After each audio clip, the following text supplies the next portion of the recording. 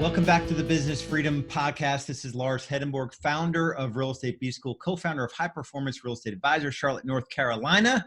On the podcast, if you're new, we really just dig into the good and mostly the bad and ugly of building a profitable, sustainable real estate team / business worth owning. And that's what Real Estate B School stands for, really just to have open conversations about what real estate teams look like today, so we can stop the insanity of putting those on a pedestal that have achieved X number of transactions. You know, they grew from here to here. No one's talking profit. No one's talking sustainability. Nobody's talking, what the business actually looks like. So I get the fortunate position in our industry is I have these conversations all the time with our members of Real Estate B School and with those that are looking to come into Real Estate B School to fix what they built. And today we're in I wouldn't call it a multi-part series. I've just been going crazy with the conversation about productivity. And I'm gonna keep it going here for a few more podcast episodes. Today I want to talk about something that it's just as much a challenge for me as it is for really anyone. And it's our digital addictions. And so I'm holding up, if you're watching the video, I'm holding up my phone here. I have the tendencies, and I can be just as addicted to my phone as anyone. And so let's just have a conversation about it and what I've learned about, when we pick up our phone, what we're looking for, and how we use it without thinking versus being intentional about using it. So, the last podcast episode, we talked about linking everything to our goals. Everything we do, in every area of our life, all of the things that we do during the day and our waking hours have to be linked to something that you want to be different in a certain area of your life. So if you want a strong marriage, you have to have intention around how you want to show up in that relationship. If you want to be a parent to your children, that sets them up for a life of contribution and success and meaning and impact, you better make sure that you're being intentional with spending time with your children and teaching them the things that they need to know to be able to show up in the world that way. I have a 9-year-old and an 11-year-old. So that one to me is really like, man, how many years do I really have left with them? 4th and 6th grade. How many years do I really have left with my children? And then and the same thing goes for your faith. If you want to, have a more intimate relationship with your creator, with God, with Jesus, you better make sure you're doing the things on a regular basis to be able to improve that relationship and to have a better understanding of that relationship. And in business, so to bring it down to business, a lot of times I think we rationalize that the use of technology in business, and digital is the handheld, the mobile device is digital, and also your computer and your email specifically. And we'll get into that. Go to Google. This is a good test, and it's fun. And if you have a real estate team, go to Google, and I'll make sure it's Darren Hardy, digital addictions, digital addiction assessment. I think that's what it's called. Digital addiction. And then you can even put a PDF on it, because I think he probably has like a Darren Daly on it. Productivity addictions assessment. Yeah. So if you go to it, it's called Productivity Addictions Assessment. He houses it on Amazon S3, and it's darrenhardy.com. So it's a fun little two-sided assessment. It's from he runs a session called High Performance Summit, and do the assessment with your team, or do it solo if you don't want to admit to your team how addicted you are. It just sort of sets the stage for a conversation around, on our team, we call our phones dream stealers. when you have big goals and you spend time doing things that are not in alignment with achieving those goals, you're really just, it's just talk. I mentioned before on the podcast, there's a saying in a group I belong to called C12. Priorities are what we do. Everything else is just talk. So when I look at my calendar and I look where I spend my day and how I can sneak and cheat on my calendar with my mobile device or spending too much time in email, I'm out of integrity with the fact that I say I want to be a great husband. I say that I want to be a great father. I say that I want to be closer to God. I say that I want to be, increasing my net worth systematically. I say that I want less stress, and I'm jumping on social media, right? So we have to look at technology in a way as a business owner, because we're not regular people. We are business owners. We cannot afford to numb out and, go into our devices in a way where, to be honest, all we're doing is we're looking for that quick, endorphin or dopamine or whatever, you get when you go on your device and you sort of scroll through something in a very non-intentional way. And it's not linked to something that you're trying to achieve. I go into Facebook. Very rarely do I go into Facebook, and I catch myself if I do it. Or Instagram's the worst. I feel like complete crap when I go into Instagram and I look at everyone's perfect life. It's like, it's ridiculous. My life is amazing. I wouldn't trade my life for any life on the entire planet. Literally, I wouldn't trade my life for any life on the planet. And I go into Instagram and I feel like I'm a loser. And so how are your digital addictions taking you out of confidence? How are they taking you out of momentum? How are they messing with your psychological well-being? Just think about all the ways that technology can be used profitably. So my point was, I go into Facebook, I use it strategically. I will go into our private member Facebook group. In Real Estate B School, we have a Facebook group of business builders, like-minded business builders. I can stay in there for too long too, just answering questions and sort of chiming in, my thoughts on different business issues that our members are having.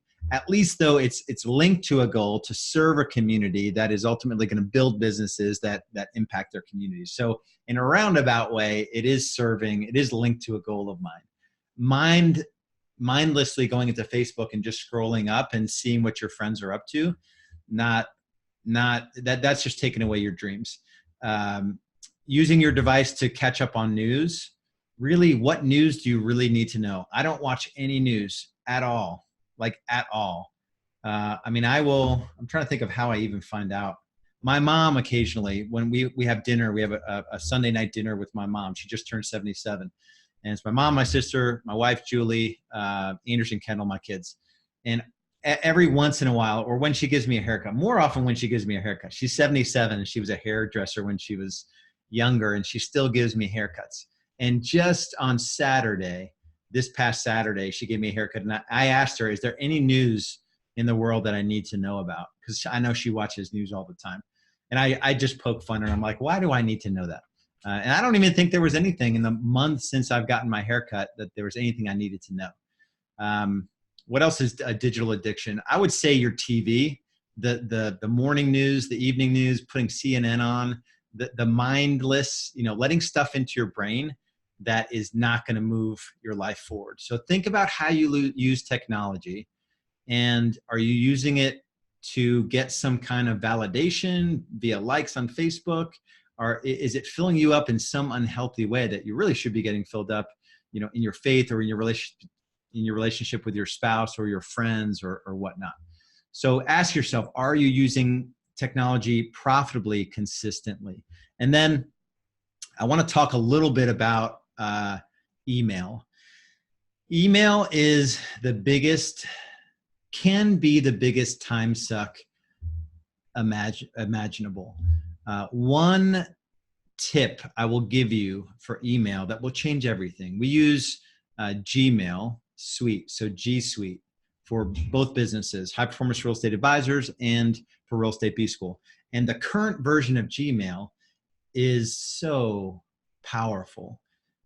There's a few things that you could do in there. You could schedule send. So sometimes I'll have a random thought on a weekend. Instead of blurting it out to my team on a Saturday when I'm going for a run, I'll stop my run. I'll type the email, which is bad. So don't judge, because I'm not being present in my run. And I'll schedule it to send it on Monday at 10 a.m. So I'm not messing up their weekend. Like if I'm going to be crazy and work all the time in my mind, I don't need to drive my team crazy. So that's one thing you could do in Gmail. The other thing is it makes it really easy to snooze. So you can go through like 2 or 3 time blocks a day, 15 to 20 minutes each time block. Those are your email time blocks. Don't be an email except for those time blocks. And when you're in there, you're just triaging emails. You're deleting, you're snoozing to a day or a time period where you can handle that issue, or you're handling it right away if it's a quick one, or you're delegating it to someone else on your team. The one I really want to get into is the biggest one is, and this has always been, you could do this in Gmail and really any email system. Any email that has the word unsubscribe in it, I have it skip my inbox and go to a folder called unsubscribe. And theoretically, I can go into that folder and see what's in there. I never do. Literally, that's probably about 90% of my emails are spam, and they all have to have the word unsubscribe in it. That will change your world forever. And there's really nothing that has the word unsubscribe in it that's an important email. Unless somebody forwards something to you that they really wanted you, it was your best friend wanted you to read this life-changing piece of content and it had the word unsubscribe.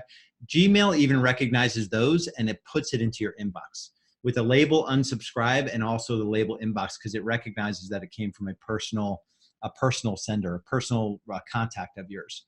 So, and I have inbox zero every time I shut down. So I have a workday startup, a workday shutdown, 2 30-minute time blocks. By the end of my morning time block, I have an inbox zero. By the end of 5:30 p.m., 5 to 5:30 is my workday shutdown. I have a process I go through where I get my inbox to zero, and then I have one during the day, and sometimes I have it open. Generally, though, I always have it to zero. And if I'm in a rock block where I'm working on a project, then I shut the email down and I'm present. I'll go through time blocking here. I'm trying to think of my little syllabus I have here. In a couple podcast episodes, I'll get into the glorious thing we call time blocking, how sexy time blocking is. So crush our digital addictions. You have to do it. If you really want to achieve at a high level, you have to be super cynical about this thing.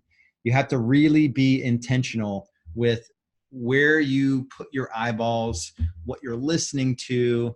I guess one other thing I want to mention is I guess it's digital. I went through a phase where I would listen to like a book a week, and it's through my Audible app. So I guess it is digital. And I was just consuming information and I wasn't implementing.